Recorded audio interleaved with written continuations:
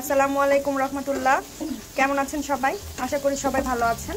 তো আজকে নতুন একটা রেসিপি নিয়ে আসলাম। এখানে দেখতে পাচ্ছেন পেঁয়াজ কুচি, তেজপাতা, দারুচিনি, এলাচ সব কিছু দিয়ে ভালো মতো ভেজে নিচ্ছি। এটা আসলে গরুর মাংসের একটা রেসিপি। নর্মাল গরুর মাংস যেভাবে আমরা রান্না করি ওভাবেই করব। অন্যান্য সময় দেখা যায় যে হাতে মাখিয়ে আমরা গরুর মাংসটা সব মশলা একসাথে মেরিনেট করে উঠাই দিই, কিন্তু আজকে আর কি একটু চিন্তা করলাম যে না, মশলা কষায় হচ্ছে যদি রান্না করি তো মানে মেহমান আসবে বাসায়, তো এই জন্যই আর কি মশলা কষায় একটু ভালো মতো রান্না করছি। এখানে আমি আদা বাটা, রসুন বাটা দিয়েছি, তারপরে 2 মিনিট ভেজে নিয়েছি। এরপরে একে একে হলুদের গুঁড়া, মরিচের গুঁড়া, ধনিয়ার গুঁড়া, জিরার গুঁড়া এগুলো সব দিয়েছি। এখন ভেজে নিব, ভালো মতো মশলাটা কষিয়ে নিব। যত আসলে মাংসের মশলা যত কষানো যায় ততই বেশি সুস্বাদু হয় মশলাটা, মাংসটা খেতে। তো আমি এখানে ভালো মতো সব কিছু দিয়েছি। এখন ভালো মতো মশলাটা কষিয়ে নিব, তারপর মাংসটা দিয়ে আবার কষাবো।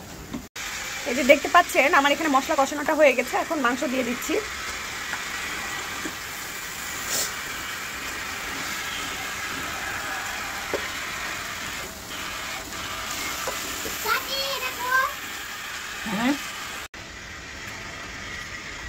ভালো মতো মশলাটা মিশিয়ে নিয়েছি, কষানো মশলাটা। এখন মাংসটা কষাবো, ভালো মতো কষাবো। এই যে দেখতে পাচ্ছেন আমরা মশলাটা হচ্ছে মাংসের সাথে ভালো করে মিশিয়ে নিয়েছিলাম। এখন মাংসটা ভালো মতো কষিয়ে নিচ্ছি। মাংসটা আসলে যত ভালো মতো কষাবেন মশলাটা তত ভিতরে ঢুকবে এবং খেতে খুবই ভালো লাগবে, সিদ্ধ হবে সুন্দরভাবে। তো কষিয়ে নিচ্ছি, ভালো মতো কষিয়ে তারপরে গরম পানি করে রেখেছি, সেই গরম পানিটা দিয়ে দিব সিদ্ধ হওয়ার জন্য। তো সাথে থাকুন, দেখতে থাকেন। এই যে দেখতে পাচ্ছেন এখানে আমরা হচ্ছে মাংসটা ভালো মতো কষিয়ে নিচ্ছি। গরুর মাংসের বিষয়টা হচ্ছে যত কষানো যায় ততই ভালো লাগে। ভালো মতো কষিয়ে নিচ্ছি যাতে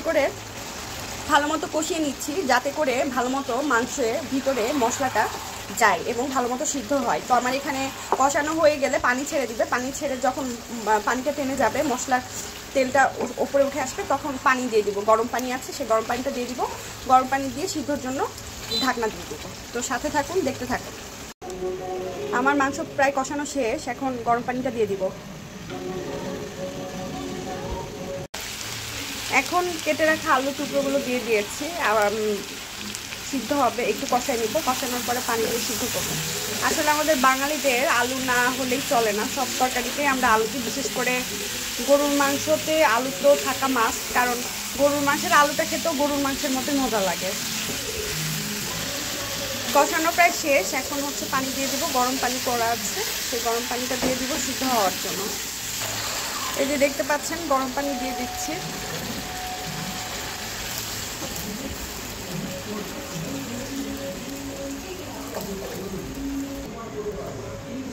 গরম পানি দিয়ে দিয়েছি। এখন ঢাকনা দিয়ে দিব সিদ্ধ হওয়ার জন্য। ভালো মতো সিদ্ধ হতে বেশিক্ষণ সময় লাগবে না, 15 থেকে 20 মিনিটের মতো সময় লাগবে, কারণ মাংসটা কষিয়ে নিয়েছে খুব ভালো মতো। সেখানেই 20 থেকে 30% সিদ্ধ হয়ে গিয়েছে। তো সাথে থাকেন, দেখতে থাকেন।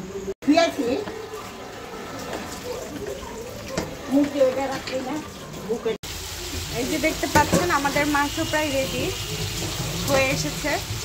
আমরা এভাবে কষাই রাখবো, মাংস কষাইটা রাখবো, খুব একটা ঝোল দিব না। এটা আর কি খেতে খুব টেস্টি হয়েছে, টেস্ট করে দেখলাম। তো সবাই ভালো থাকবেন, সুস্থ থাকবেন। আসসালামু আলাইকুম।